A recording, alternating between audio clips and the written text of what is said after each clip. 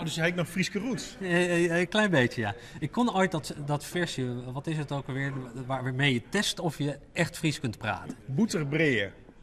En brood, Green cheese. green cheese, Wat dat net zissen ken. is geen echte Fries. Zoiets? Nou, Ik ben te veel randstedeling, ik kan dit niet. wat willen de harkers en de sjurgers, dus de kijkers en de luisteraars van Omroep Friesland er beter van als Omroep Friesland onderdeel wordt van de NOS? Wat is daar het voordeel van? Nou, wat we gaan doen is, we staan voor een hele belangrijke opgave om, als je kijkt naar de publieke omroep, ervoor te zorgen dat dat efficiënter kan. En dat gaat allemaal nog goed? Zullen we het even overnieuw doen anders? Best. Ja? Waarom is dat beter voor de harkers en de sjurgers van Omroep Friesland? Ik bedoel, Omroep Friesland had een eigen stewarder, eigen radioprogramma's, eigen televisieprogramma's, een eigen kanaal. Waarom wordt het beter als we onderdeel worden van de NOS? In plaats van dat we zelfstandig blijven. Kijk, dat is op dit moment. Nou, laat ik één ding beginnen om te zeggen dat het nog helemaal niet gezegd is dat je onderdeel wordt van de NOS. We hebben alleen afgesproken dat we de landelijke publieke omroep en de regionale publieke omroep veel meer met elkaar gaan integreren. En dat je ook een beetje kan profiteren van mekaars voordelen. Want wij zien nu dat iedere provincie heeft weliswaar zijn eigen regionale omroep, maar er zit dan ook weer een eigen directeur bij en een eigen gebouw en eigen faciliteiten. Terwijl dat misschien veel efficiënter kan als je het een beetje met elkaar deelt. Tegelijkertijd, u maakt fantastisch mooie programma's. Maar het zit, ik weet niet hoe dat in Friesland is, maar bijvoorbeeld hier in het westen van het land ook op een net waardoor heel weinig mensen het zien. Dus als je dat meer met elkaar integreert, is het misschien ook mogelijk om soms wat meer regionale programma's op de landelijke televisie te laten zien in bijvoorbeeld vensters.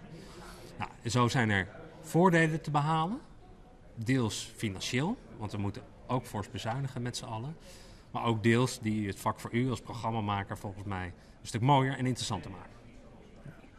Nou, kwam het CDA kwam mij een moosje, die zei van ja, Omroep Friesland die stuurt uit in een andere taal, in het Fries. Dus wij komen maar een moosje van dat moet vooral sabluwen en die mogelijkheden die moeten er ik bluwen. En Johan zei van ja, ik raad deze motie af. Ja. Waarom? Nou, eigenlijk om twee redenen. Voor een deel was hij overbodig. Hè?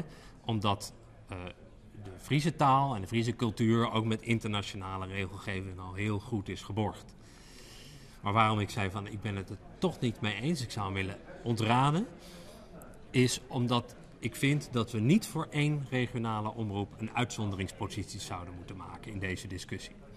Want ook in Omroep Limburg heeft een specifieke taak en ook de regionale omroepen in het westen van een land hebben weer specifieke taken.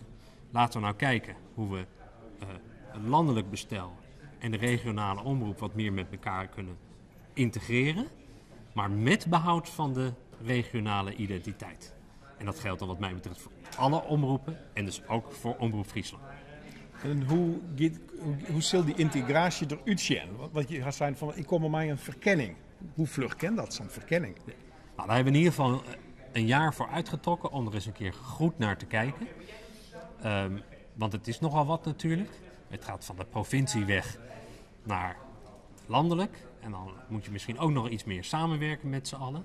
Nou, daar moeten we denk ik gewoon even de tijd voor nemen om daar goed met elkaar over in gesprek te raken. Uw directeur die moet een zware meidje hoe zien baan, begreep ik. Die moet u even vertalen. Onze directeur moet zich toch wel een beetje zorgen maken over zijn eigen baan? Nou, het kan natuurlijk heel goed zo zijn dat als je meer integreert dat er ook wat gaat veranderen. Ik weet niet wat dat voor een directeur of voor andere mensen betekent. We moeten ook niet op de zaken vooruitlopen. Wat ik belangrijk vind is dat landelijk en regionaal wat dichter naar elkaar toe groeien, meer integreren. En dat er tegelijkertijd ruimte blijft bestaan voor een regionaal eigen geluid en een eigen profiel. En hoe we dat dan met z'n allen regelen, daarvan zal de kijker zeggen, dat maakt me niet zo vreselijk veel uit als ik maar gewoon kan genieten van die mooie televisie. Die organisatie, dat is meer iets voor intern. En dat moet niet voorop staan. Maar de radio, die bloed, zat hij op dit moment ik is, want er is hier een let op praat, je hoort radio. Ook hier moet je me weer even kort helpen. Dus niet of nauwelijks over radio gesproken vandaag. Radio kan wel gewoon blijven functioneren zoals hij nu doet? Met een eigen frequentie, met eigen programmering? Ja, ook daar gaan we naar kijken. Het ging vandaag met name over televisie. Dat is denk ik, als je praat over integratie van de twee, ook nog de ingewikkeldste. Is ook de duurste. De regionale omroep, waar draag ik een warm hart toe. Ik ben zelf lokaal bestuurder geweest, wethouder in Den Haag. Ik vond het heel belangrijk om Radio West te hebben. En hoe we die daar een plekje in geven, dat gaan we ook bekijken. Dus en hetzelfde geldt voor Radio Friesland. Heel veel nog onduidelijk dus eigenlijk. Nou ja, kijk, maar dat is ook niet zo gek, hè? Want we beginnen nog maar net. We zijn net een maand bezig. We nemen nu een paar hele belangrijke besluiten. Bijvoorbeeld, ja, die 100 miljoen bezuiniging, die moet er komen. We hebben gezegd, als het gaat om de landelijke omroepen, dan gaat het niet meer om de ledenaantallen, maar dan gaat het om de kwaliteit van de programmering. Dus iedere kijker telt in plaats van ieder lid telt. We hebben wat gezegd over hele kleine omroepen die gestoeld zijn op levensbeschouwing. ICON, RKK. Ja, of op levensbeschouwing of religie. Daar stoppen we ook mee zonder dat we nou direct alles overboord gooien. Hè. Dus levensbeschouwing blijft ook nog echt een belangrijke taak van de publieke omroep. Nou, dat zijn al een paar hele grote stappen. We gaan ook toe naar veel minder organisaties. Dus we gaan een aantal grote fusies. Die blijven wat mij betreft gewoon doorgaan.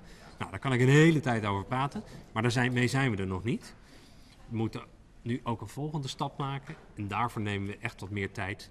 We hebben gezegd, één daarvan is, hoe gaan nou de landelijke omroep en de regionale omroep meer samenwerken? Nou ja, en u heeft zelf heel veel vragen. Ik heb daar nu nog niet de antwoorden op. Voor mijn gevoel heeft u een beetje het water afgetast. Heb ik in de Tweede Kamer draagvlak voor die toch behoorlijk grote veranderingen die ik wil gaan doorvoeren? Heeft u dat draagvlak? Nou, voor een deel is zo'n discussie natuurlijk ook kijken van hoe liggen meerderheden in de Tweede Kamer? Waar vind je draagvlak? De premier heeft ook al gezegd, wij zijn een coalitie van 2 partijen. Maar we gaan ook proberen om op een aantal belangrijke en ingrijpende dingen een breder draagvlak te krijgen. Maar tegelijkertijd hebben we vandaag ook echt wel een paar belangrijke piketpalen geslagen. Als het gaat om de landelijke televisieomroep. Ja, dus de publieke omroep wordt echt anders. Kijk, onze inzet is dat de kijker er thuis zo min mogelijk van gaat merken. En tegelijkertijd moeten we reëel zijn dat als je een derde van het budget afhaalt, dat niet kan zonder ook een aantal keuzes te maken. Nou, dat doen we door te beginnen en te kijken naar de organisaties. Kan het met minder bureaucratie, noem het allemaal maar op. En vervolgens gaan we kijken naar de programmering. Van, als je het nou hebt over de publieke omroep, ja, wat zou die dan echt moeten doen als je zou moeten kiezen? Nou, daar ging het vandaag over. Oké, we blijven u volgen. Graag gedaan. Dank u wel. Leuk. Tot ziens.